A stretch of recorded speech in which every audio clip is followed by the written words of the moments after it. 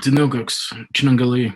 My name is Nathan Shafer. I'm a new media artist, author, and special education teacher from Anchorage, Alaska. It's a great honor to receive a Creative Capital Award, and I am aware that there are not a whole lot of Alaskans who do. The first one was the amazing Terry Rofgar. And she received this award for a project called Clinket Superman, where she was making chill cat blankets out of space-age materials. Sadly, Terry walked into the forest a few years ago and left that project unfinished. I've had the honor and privilege a couple times in my life to visit her community in Sitka, Alaska, and to teach new media to the kids in the Sitka tribe. I've been able to witness firsthand the impact she's had in her community in Alaska and the world. Why don't you, Terry, for sharing your amazing life and work with us. All right, so a little bit about me. I've been producing new media works in Alaska for over 20 years, mostly since returning from grad school. My work has been based in digital humanities and mobile augmented reality. Mobile augmented reality, I helped actually found as a genre with the Manifest AR Collective over 10 years ago. One of my last big projects was called Dirigibles of Denali, pictured here, where I constructed 3 of the unbuilt Dome City proposals from Alaska in the 1970s. I built them on location using mobile augmented reality. In this project, we also produced 5 books. One of them was a collection by 10 Alaskan science fiction authors, where the authors set science fiction in the dome cities as if they had been built in Alaska. Now, for my creative capital project, I proposed something called Wintermoot.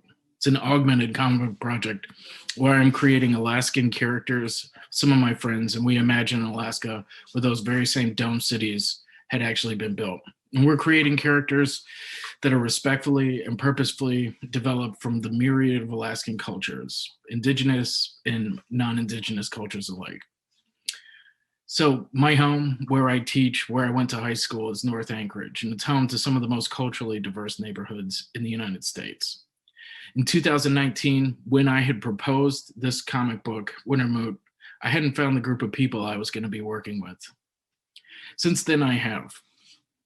And we founded an Alaskan comic book group, and we're going to be producing several titles.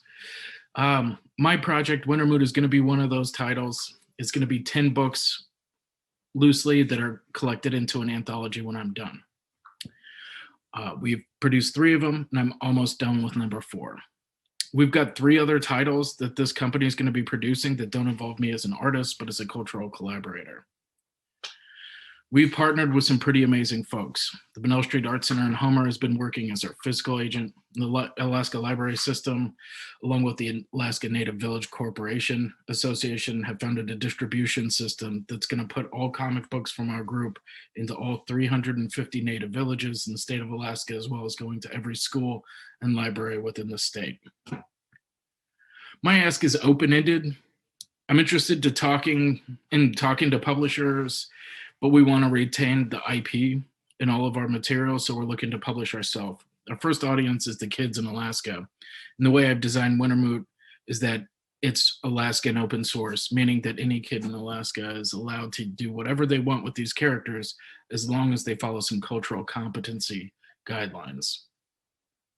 I'm also interested in speaking with museums and galleries, as well as attending Comic Cons, pretty much anywhere in the world.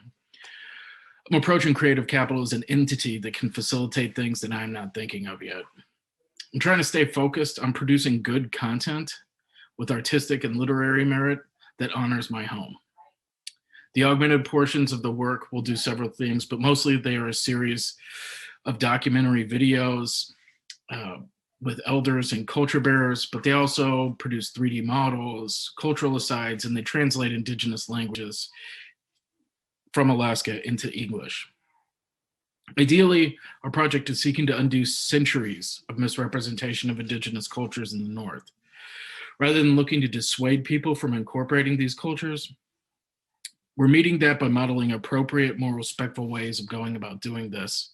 And the end result is a better artistic project that involves cultural collaboration and inclusion and is full of the complexities and passions of our world. Chinan, thank you for your time. Also, this last image is not out of focus. Those are pixel drawings.